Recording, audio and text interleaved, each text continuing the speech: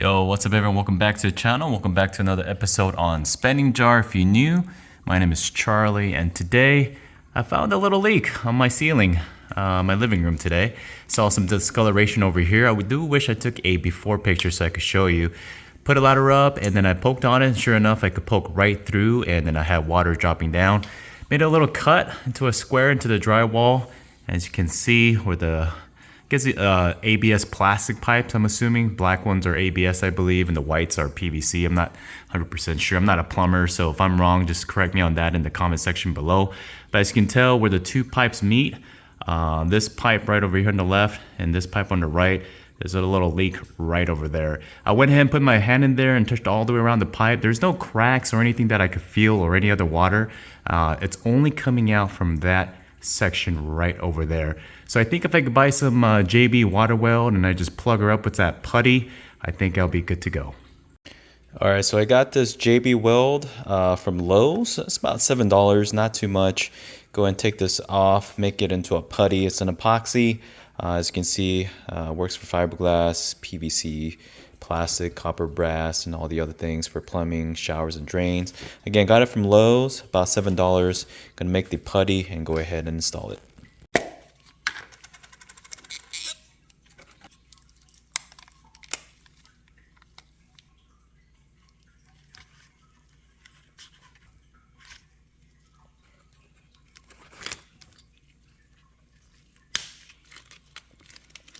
Alright guys, so all I'm doing is gonna mash up the epoxy together so that I can start setting. Looks like just mix it thoroughly and then apply it on the surface. And according to the back, it sets in about 15-25 minutes. So I'm gonna go ahead and set this up there. Alright, I'm not sure how well you guys can be able to see this. And dry it off a little bit. Hopefully I could do this one-handed. Here's the putty. And then I'm gonna go ahead and just apply it. It's very sticky, and just apply it in the rim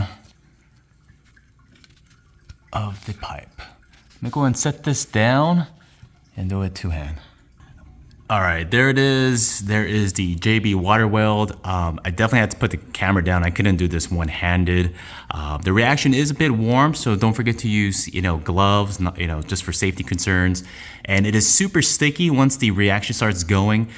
So my recommendation is maybe get your gloves slightly wet prior to mixing it up, just to help you, go ahead and form the epoxy, and then go ahead. It'll be an easier time to mold it into wherever you are placing it. All right, guys, it's been about an hour. It's definitely hard to the touch. We're gonna run some water through it and see if there's any leaks.